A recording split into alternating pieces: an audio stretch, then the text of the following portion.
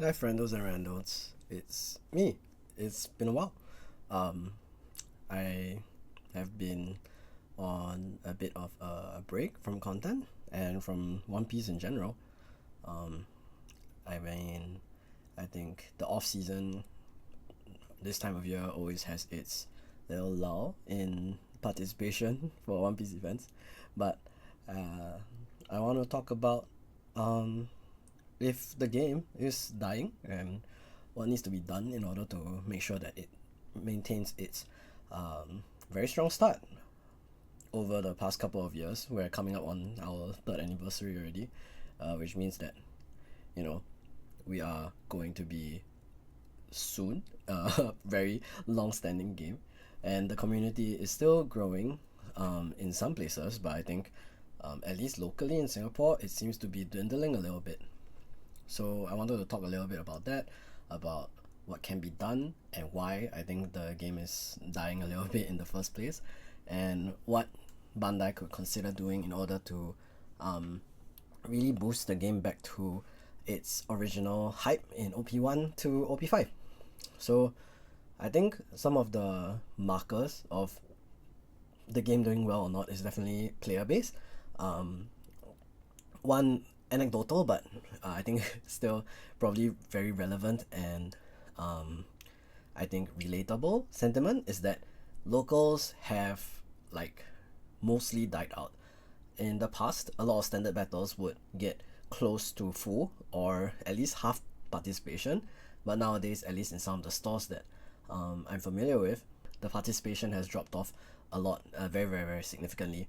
You can even see this on the app as well in terms of like how many signups there are. I know some of these stores they do like just let people walk in, but you are going to see many events have either like minimum amount of people to fire or not even be able to fire at all. I think this is primarily due to a few things. For one, the flagship events that used to be very lucrative have not been for several seasons now. The last super, I guess, valuable prize that was available was the Serial Ace, and in that season, the other issue was they first implemented the TCG Plus app, and that led to a lot of different issues as well with regards to the balloting system. A lot of people would make multiple accounts, at least in our local scene, and they were then not really punished for it. And that caused a lot of people to not really bother with signing up to flagship events like in the past where you would simply get it if you were, I guess, looking out for the signups for it, and that rewarded you for being like a, I guess, committed member of the community or someone who was available to kind of keep in touch as to when these shops would be releasing their signups. So I think ever since that season, the game has dropped off quite a bit, um, and that does make it feel a little bit bad. I think first come first serve should probably be the better way to go about things. At least back then, it would have been better to keep the older system, but I think unfortunately there are lots of ways around the systems that they implement still. One of the other things that I think led to the downfall of the game is definitely the lack of valuable pricing. Of course, if every season is a serial, then none of the seasons are serial because it'll overall bring down the total value of all the prize cards. But in between, like not having playable or powerful cards, for example, the recent seasons were Uta Searcher, Law Searcher, and then now like Kobe. They're not very important cards in the meta, and because of that, they're also not going to be very, very valuable.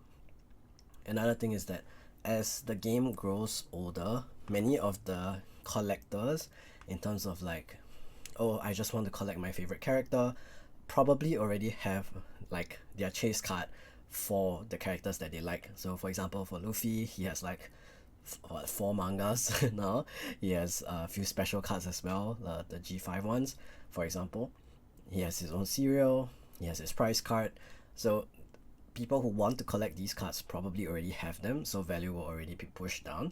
So I think it's important to kind of release more and more interesting price cards so that people will feel incentivized to collect them still, and there will still be some level of value which will attract more players to come. I think having flagship battles that are like 8 people attending is a sign of not as healthy game, and it's something that we should definitely try to address.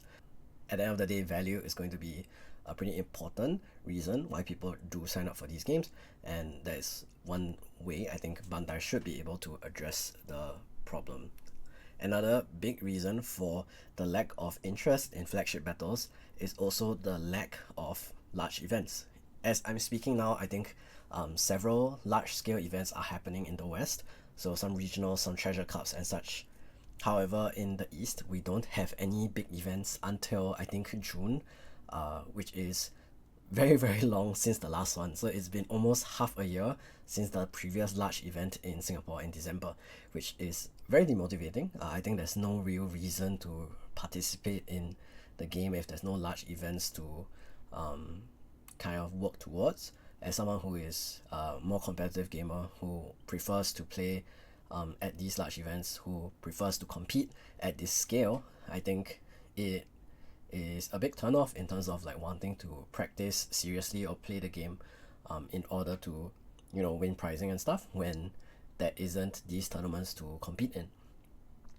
So I think Bandai should apply to the East a little bit more of the Western side tournament structure where there is more large events. It doesn't need to be one every like month or anything like that, but I think there should be at least more than one every 6 months in this like off-season period. In the past, the off seasons were equally long. However, they were a little bit mitigated by the fact that the flagship prizes were at least valuable, and so the player base was still motivated to come and play. However, now with neither a valuable flagship prize or large events, you can see the player base dwindling significantly. One last thing is the value of cards in the sets. So this is something that Bandai can't really do much about, but because of how I think in the East at least, TikTok rippers and such have increased the like overall supply of bulk commons and cards like that.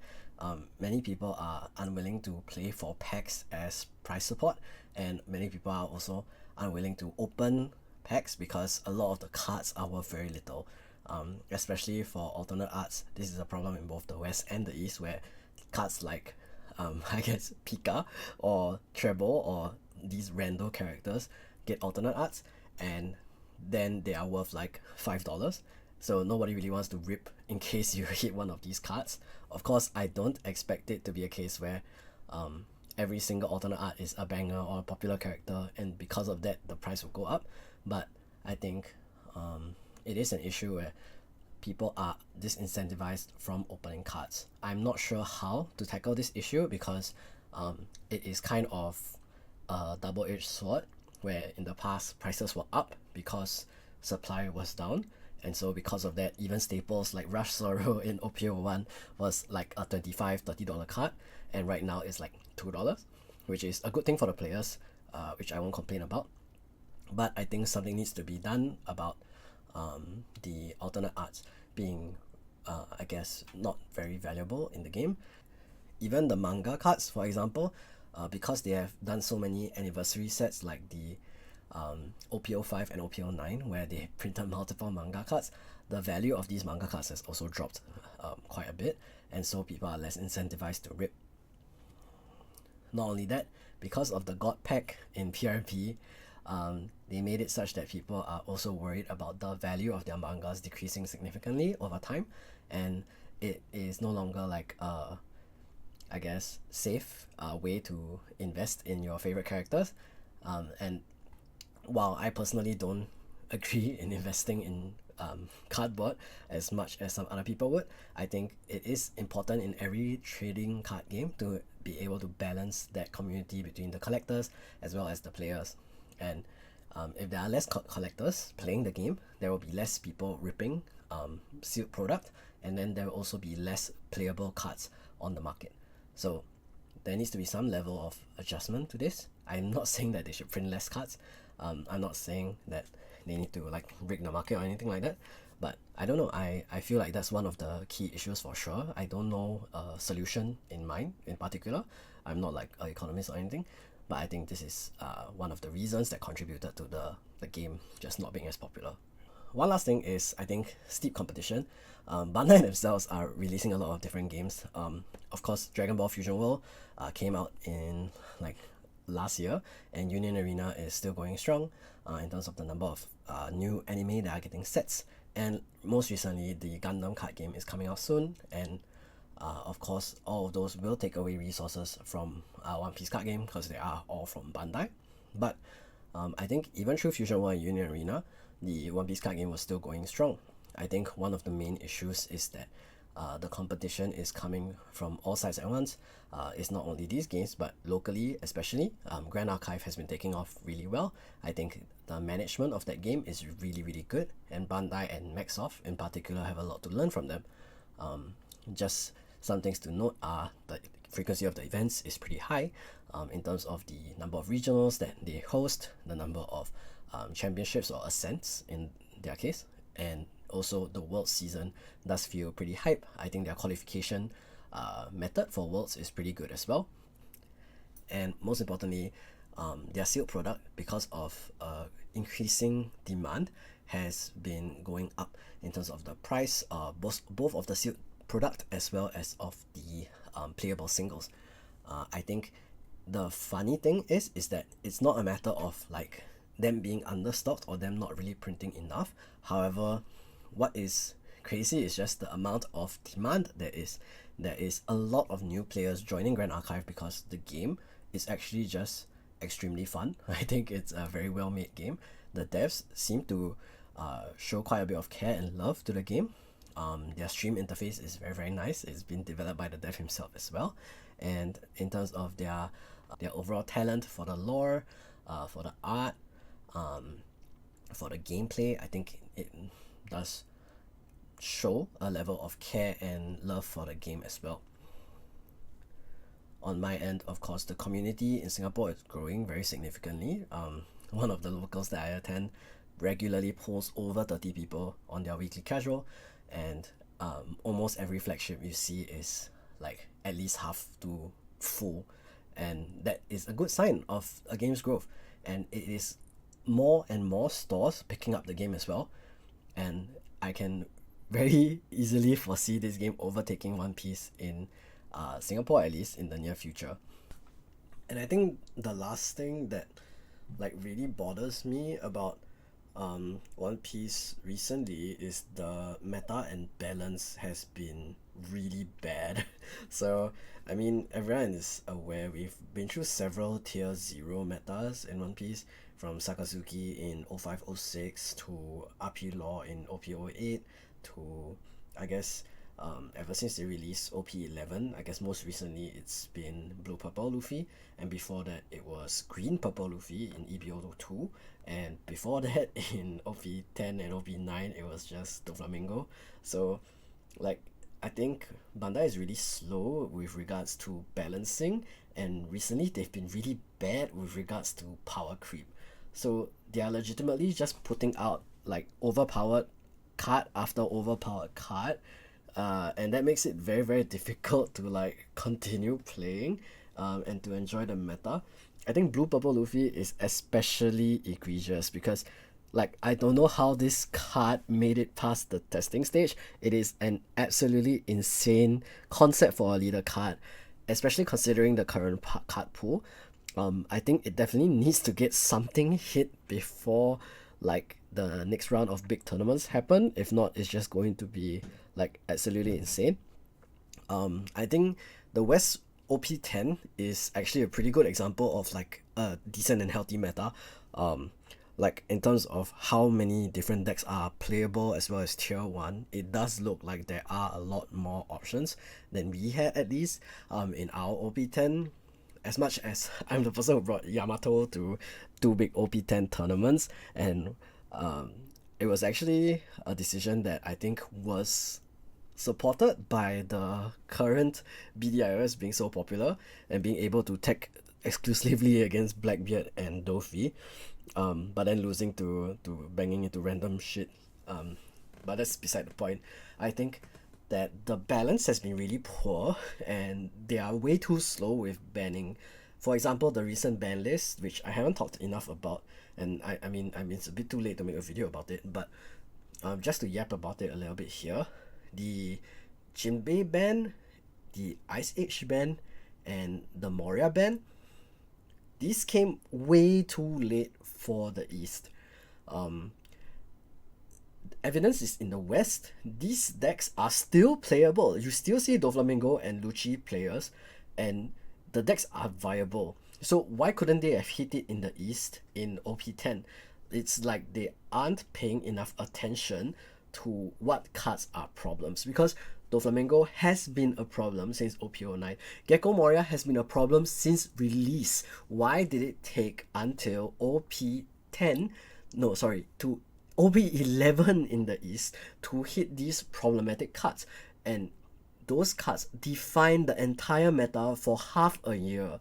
It's cards like these that should have been hit way sooner. They also should have hit RP Law earlier. They also should have hit Sakazuki earlier.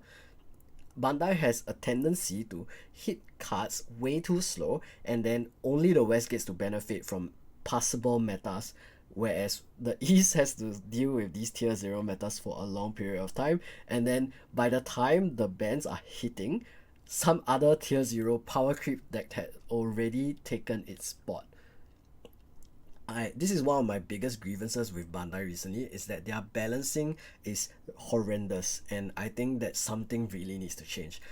Having looked at the new OP12 leaders, they're also like, Koala is insane. Like, I also don't understand how Koala has been printed.